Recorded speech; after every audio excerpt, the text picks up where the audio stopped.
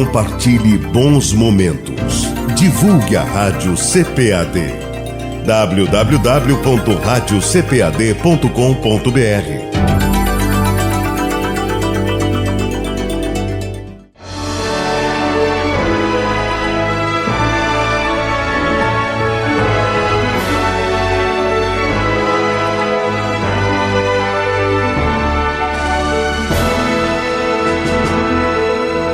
Subsídios. Lições Bíblicas. Jovens. Lição 6. Mortos para o pecado, mas ainda lutando contra ele. A paz do Senhor. Estamos novamente gravando esse vídeo para fornecer subsídios para lições bíblicas de jovens do primeiro trimestre de 2023. Nós já gravamos 5 vídeos das 5 primeiras lições e hoje nós vamos abordar a lição de número 6, que tem por título Morto para o pecado, mas ainda lutando contra ele. Nessa lição nós teremos 3 tópicos: o crente deve morrer para o pecado, vivendo uma nova posição em Cristo e vivendo em novidade de vida.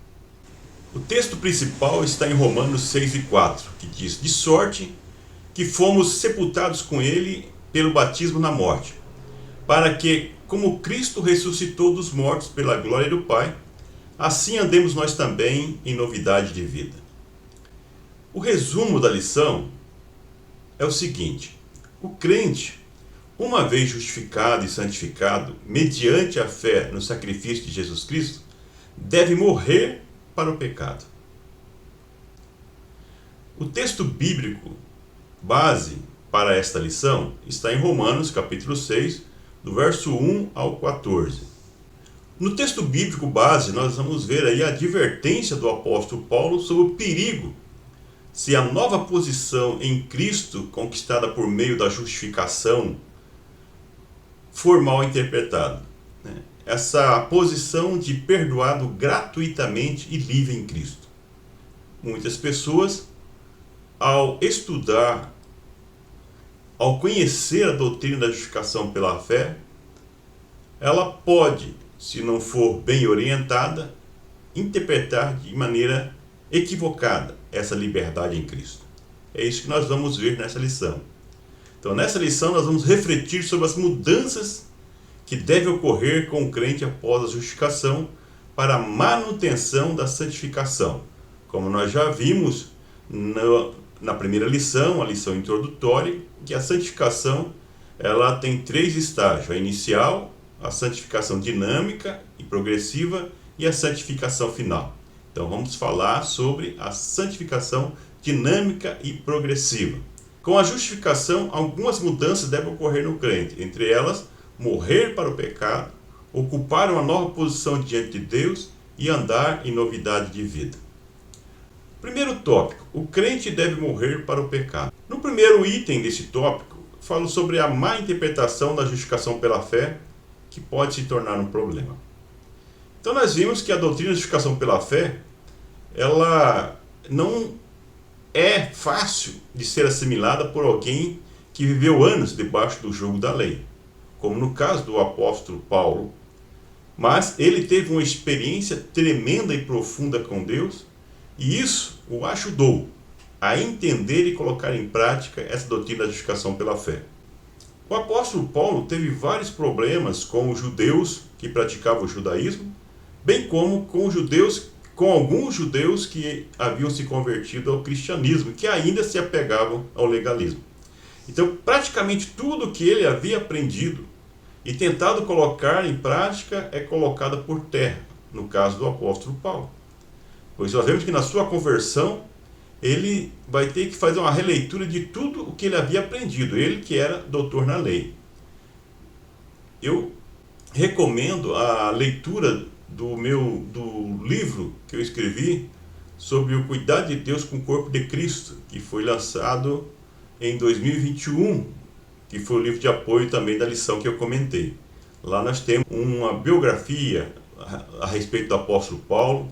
Também recomendo o meu livro A Justificação pela Fé nas perspectiva abraâmica e paulina, que eu trago uma biografia completa de Abraão e do apóstolo Paulo, vai ajudar a entender o processo da transformação que houve na vida do apóstolo Paulo. No versículo 1 do capítulo 6 do texto base que nós estamos utilizando, o apóstolo Paulo ele faz uma pergunta: que diremos, pois?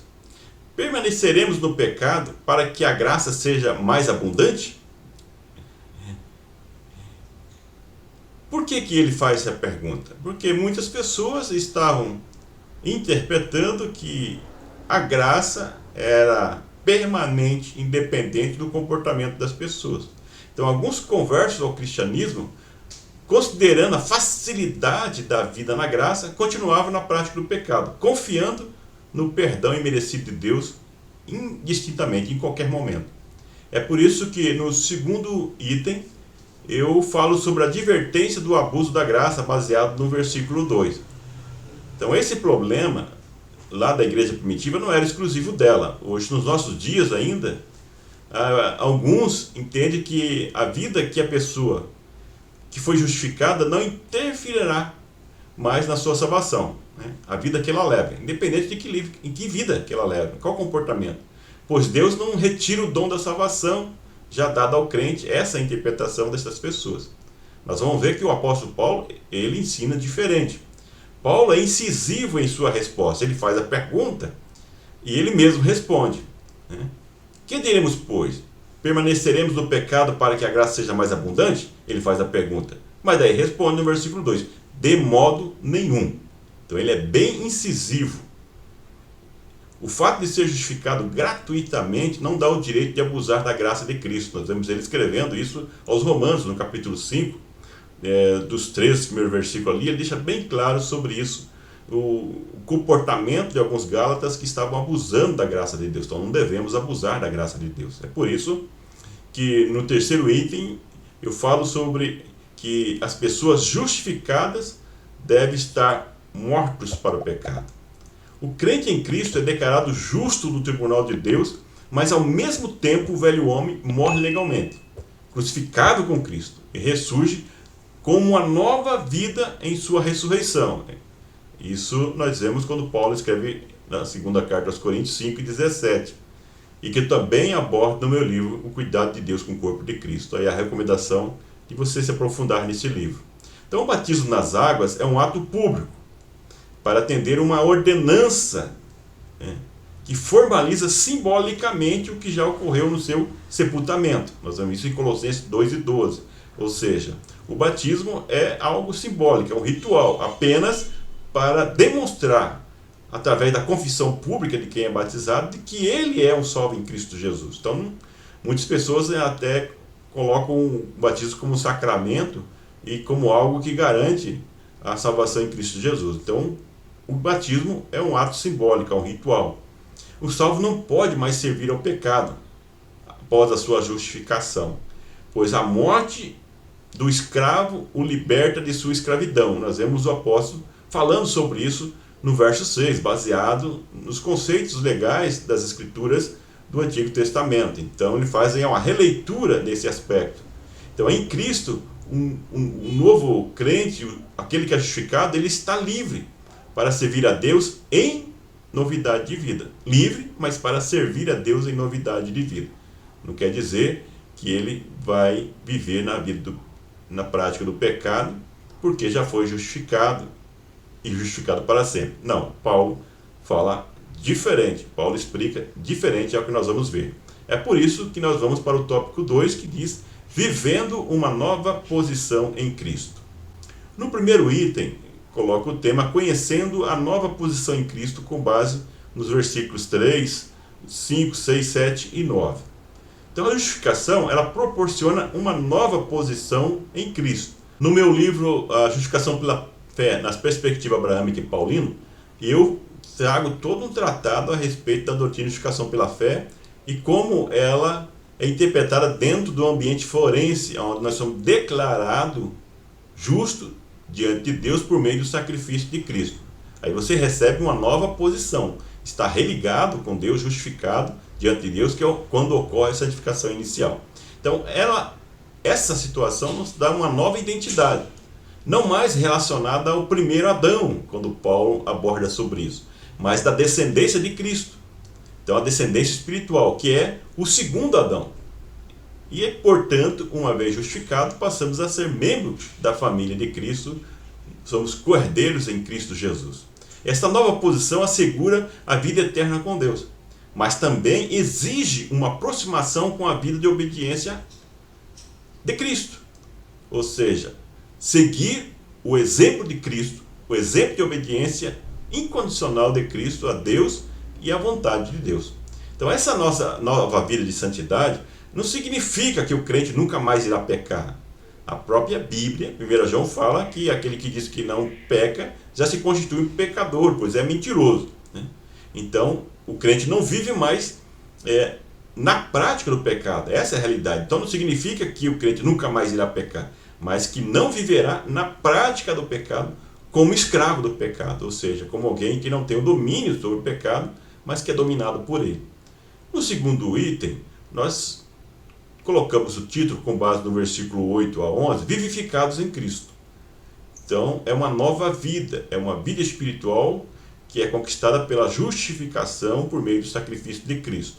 Uma nova vida com Cristo é uma vida separada e de intimidade com Deus, como nós já vimos nas lições anteriores. Todavia, assim como Jesus, o salvo também passará por aflições. Não quer dizer que essa vida separada, de intimidade com Deus, livra o crente das aflições, vai passar por dificuldade, como nós já vimos também em lições anteriores, conforme nós vemos em Romanos 8,35, João 16,33, Jesus dizendo, no mundo tereis aflições, mas tenha bom ânimo.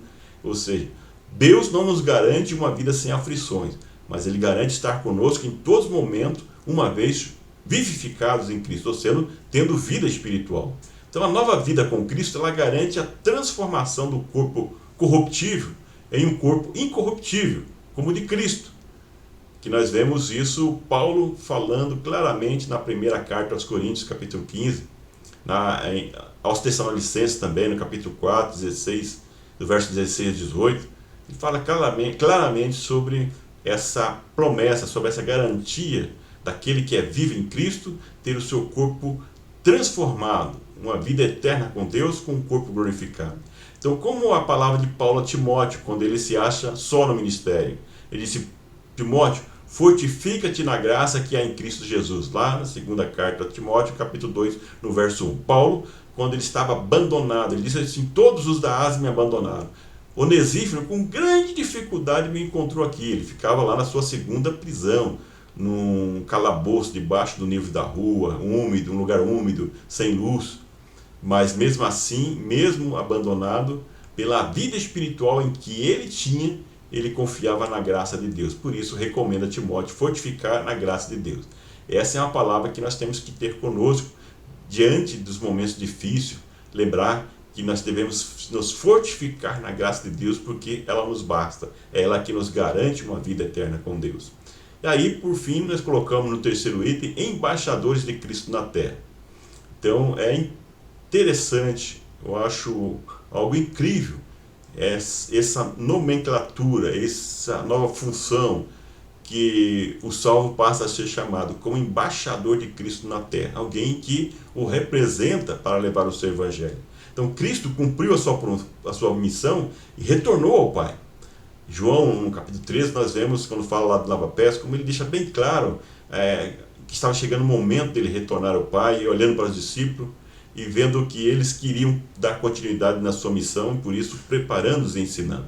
Então Jesus cumpriu a sua missão, retornou ao Pai, porém, como igreja, não nos retirou no mundo. Nós vemos isso lá no Evangelho de João, capítulo 17, na oração sacerdotal. Mas ele deixa-nos como igreja para representá-lo, anunciando o Evangelho da salvação que transformou a nossa vida e que também pode transformar a vida das demais pessoas. Eu deixo uma citação de 2 Coríntios 5, 19 a 20, que diz assim, isto é, Deus estava em Cristo reconciliando consigo o mundo, não lhes imputando seus pecados, e pôs em nós a palavra da reconciliação, de sorte que somos embaixadores da parte de Cristo, como se Deus por nós rogasse. Rogamo-vos, pois, da parte de Cristo, que vos reconcilieis com Deus.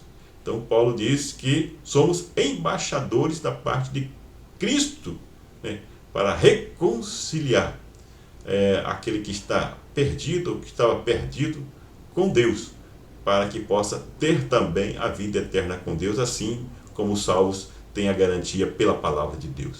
Então quem era condenado e sem esperança passa a ser embaixador de Deus e mensageiro do Evangelho, que prepara para a vida eterna. Então aquele que era perdido, que não tinha valor algum, é transformado e passa a ser embaixador de Cristo na terra.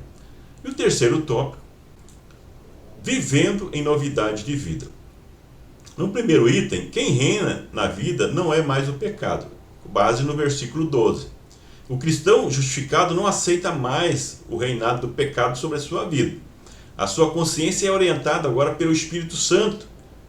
O Espírito Santo, que segundo João 16, 8 a 11, diz que é ele quem convence do pecado, da justiça e do juízo. Então é esse Espírito Santo que passa a ser ouvido por essa criatura transformada, pelo crente, que tem uma nova posição diante de Deus e passa a orientá-lo na sua vida, e com isso ele afasta-se da prática do pecado. Então na época do apóstolo, se dizer um cristão era um risco de morte, e de no mínimo preconceito, no mínimo, né? Mas era risco de morte se dizer cristão, ser um crente em Cristo Jesus. Atualmente tem se tornado, em determinados meios, até chique. Eu coloco isso na lição e dou uma alongada nesse assunto também no livro, por isso recomendo que você compre o livro de apoio, porque se diz aí evangélico ou gospel, né? Algo chique, né? Algo que hoje não é alguém, dependendo de onde você está inserido, não é mais algo de preconceito, mas sim algo elitizado em determinados meios. Então dá uma certa facilidade para quem está na vida cristã. Mas Cristo nos chamou para sermos fiéis, independente das circunstâncias. Então, no entanto, a orientação bíblica é que, uma vez o crente justificado, ele deve andar em novidade de vida, em santidade, embora ainda com o corpo de pecado e morte. Romanos 6 e 11, Romanos 7 e 24, ou seja, embora nós ainda tenhamos o corpo de pecado e de morte, como seres humanos, mas nós temos a orientação do Espírito Santo de Deus e não vivemos mais na prática do pecado. É assim que deve ser o crente salvo, justificado em Cristo Jesus. No segundo item, um título, Libertando os membros do corpo do domínio do pecado, com base no verso 13 e 14, nós falamos sobre a questão da importância da intimidade com Cristo, que leva a uma mudança de mentalidade, ou seja, quem está próximo, íntimo de Cristo, a sua mente passa a ser conduzido por meio dos ensinos de Cristo e passa ou busca pensar como Cristo pensa em todas as situações. Aqui me faz lembrar daquele livro, né, Nos Passos de Jesus. O que faria Jesus em determinadas situações que nós vivemos? É um pensamento que nós temos que ter, em que as coisas que passam a conduzir as nossas vidas agradam a Deus e passa a orientar também as nossas vontades e atitudes. Essa mente, a mente de Cristo, porque tendo a mente de Cristo, essa mente conduz a emoção, a vontade e os membros do corpo físico de acordo com a vontade de Deus. Então a pessoa que tem a mente de Cristo, ela discerne as coisas espirituais e usa os membros do corpo a serviço da justiça, como vemos o apóstolo Paulo orientando na segunda carta aos Coríntios, no capítulo 2, do verso 14 a 15, ou seja, a pessoa que é transformada, ela tem um discernimento espiritual, ela discerne as coisas espirituais, ela anda segundo a vontade de Deus e está a serviço da justiça de Deus, o que Paulo fala. Então a paz de Deus, que excede todo entendimento, guarda o seu coração e seus sentimentos, como nós vemos em Filipenses 4, 6 a 7, na orientação do apóstolo Paulo. Então guarda o coração e o sentimento por meio da paz que é adquirida na justificação, por meio da justificação, a paz com Deus que conduz a vida do crente. No terceiro item, vivendo uma vida vitoriosa debaixo da graça de Cristo. Então a palavra graça tem sido banalizada no meio evangélicos. Pessoas que se dizem viver debaixo da graça fazem todo tipo de sacrifício para agradar ou barganhar com Deus. Então existe esse outro lado, alguns que fazem o que quer, porque entende que a graça lhe dá essa liberdade, que Paulo diz que não. E por outro lado, existe aqueles que vivendo embaixo do legalismo, né, procurando viver debaixo da graça, mas ao mesmo tempo fazendo sacrifício para agradar ou barganhar com Deus, né? Ou seja, fazer algo em troca de uma outra coisa. Então Deus não está aí para barganhar conosco. Ele nos chamou para sermos salvos e suas testemunhas. Não existe de nós sacrifícios, mas a obediência. Ele diz que ele prefere a obediência em vez de sacrifício. Então é melhor obedecer do que sacrificar ou barganhar com Deus. Então quem quer ter uma vida vitoriosa debaixo da graça precisa aprender a, eu coloco aí na lição, em primeiro lugar, a primar por um bom testemunho. Eu deixo isso bem mais claro no livro. Seguir a paz com todos, a santificação e se desvincular da raiz da amargura, conforme Hebreus 12, 14 a 15, e que a gente vai falar aí um pouco mais em lições posteriores também. A perdoar, Efésios 4 e 32. Amar com amor fraternal e dar honra aos outros, Romanos 12 e 10. Dentre outras atitudes incentivadas pela palavra de Deus. Então deixo aí algumas características de pessoas que têm uma vida vitoriosa debaixo da graça de Deus. Então é importante você ir detalhando isso na lição, você que é professor e professoras. Considerações finais. Então nós aprendemos que o apóstolo tinha uma preocupação que o incomodava. A possibilidade de uma má interpretação da doutrina de justificação pela fé e uma inconsequente prática da libertinagem. Ou seja, as pessoas que tinham ouvido falar a respeito da justificação pela fé, interpretar que a graça de Deus ela é suficiente e permanente e que uma vez salvo para sempre. Paulo fala que isso não é uma verdade e que a doutrina de justificação pela fé, na realidade, é a justificação quando é baseada na obra de Cristo e que leva as pessoas a viver debaixo da graça de Deus, mas não vivendo na prática do pecado. É por isso que ele reforça a necessidade de se viver em novidade de vida por meio de uma santidade contínua e progressiva, como eu disse, que nós abordamos lá na primeira lição, na parte conceitual, apesar da luta constante contra a prática do pecado. Ou seja, nós estamos constantemente vivendo contra a prática do pecado. Então, por isso o tema da lição: morto para o pecado, mas ainda lutando contra ele. Estamos constantemente lutando contra o pecado, ou seja, a vida do pecado, mas debaixo da graça de Deus. Então agradeço pela sua atenção, peço que você compartilhe o vídeo e que Deus continue abençoando você e a sua família.